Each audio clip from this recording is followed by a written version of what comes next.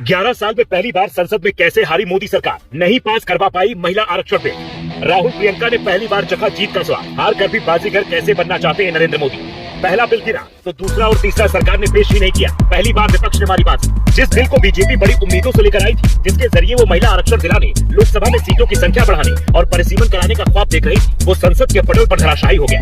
जिसके बाद एनडीए की महिला सांसदों ने संसद के बाहर ही प्रदर्शन शुरू कर दिया। महिला का अपमान नहीं सहेगा हिंदुस्तान के नारे लगाने लगी, जबकि विपक्ष ने इसे अपनी जीत करार दिया। जिसके बाद सवाल उठ रहा है कि जब संख्या बल के हिसाब से मोदी सरकार को पहले से अंदाजा था कि ये बिल गिर सकता है, तो फिर उन्होंने ऐसा फैसला क्यों लिया। तो इसकी कहानी समझने के लिए संसद भवन में क्या हुआ ये जानना होगा। दरअसल सरकार ने ये बिल पास कराने के लिए 2 दिनों का विशेष सत्र बुलाया था, जहां 21 घंटे तक चली चर्चा के बाद इस पर वोटिंग हुई तो इस बिल के पक्ष में 298 और विपक्ष में 230 वोट पड़े, जबकि नियम के हिसाब से 2/3 बहुमत की जरूरत थी, क्योंकि इसके लिए संविधान में संशोधन की जरूरत पड़ती। मोदी सरकार के 11 साल के इतिहास में संसद में पहला मौका था जब सरकार का लाया हुआ कोई बिल न सिर्फ संसद के पटल पर गिरा, बाकी के 2 बिल पर सरकार ने खुद ही कह दिया कि एक दूसरे से जुड़े हैं, इसलिए इस पर वोटिंग की जरूरत नहीं है। ये तीनों बिल थे: महिला आरक्षण बिल से जुड़ा, संविधान का 131वां संशोधन, परिसीमन संशोधन विधेयक 2026, केंद्र शासित प्रदेश कानून संशोधन विधेयक 2026। इन तीनों के जरिए महिलाओं को 33% आरक्षण देने और लोकसभा में सीटों की संख्या 545 से बढ़ाकर 850 करने का नियम था। लेकिन विपक्ष ने साफ कहा,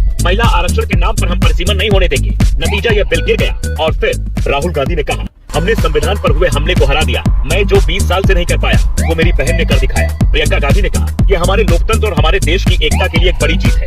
ये संविधान पर हमला था और हमने इसे विफल कर दिया। एमके स्टालिन ने कहा, 23 अप्रैल को हम दिल्ली का अहंकार और उस अहंकार का समर्थन करने वाले गुलामों को हराएंगे। स्टालिन ने ये बातें तमिलनाडु चुनाव के हिसाब से कही है, क्योंकि वहाँ 23 अप्रैल को वोटिंग। लेकिन दूसरी तरफ कई जानकार ये भी दावा कर रहे हैं कि इस बिल के गिरने का फायदा बीजेपी उठा सकती है। इसे वो अपनी हार के रूप में नहीं, बल्कि विपक्ष को महिला विरोधी के रूप में जनता के सामने पेश कर चुनावी फायदा ले सकती है। और इसका इशारा पीएम मोदी के उस बयान से भी मिलता है, जब उन्होंने इस बिल पर चर्चा के दौरान विपक्ष से कहा, आप विरोध करेंगे तब हमें फायदा होगा।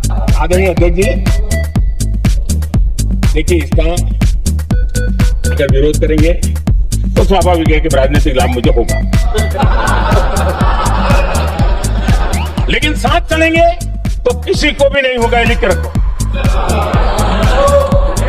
किसी को नहीं रहेगा, क्योंकि फिर अलग पहलू हो जाता है, फिर किसी को फायदा नहीं। यानी हार कर भी बीजेपी बाजीगर बन सकती है। इसीलिए अभी से चर्चा होने लगी है कि मोदी सरकार ये बात पहले से जानती थी कि संसद में 2/3 बहुमत इस तरीके से जुटाना मुश्किल हो सकता है, क्योंकि इस बार जेडीयू और टीडीपी के साथ गठबंधन की सरकार है। बावजूद उसके वो बिल लेकर आए ताकि चुनाव में विपक्ष को महिला विरोधी बताकर वोट लिया जा सके।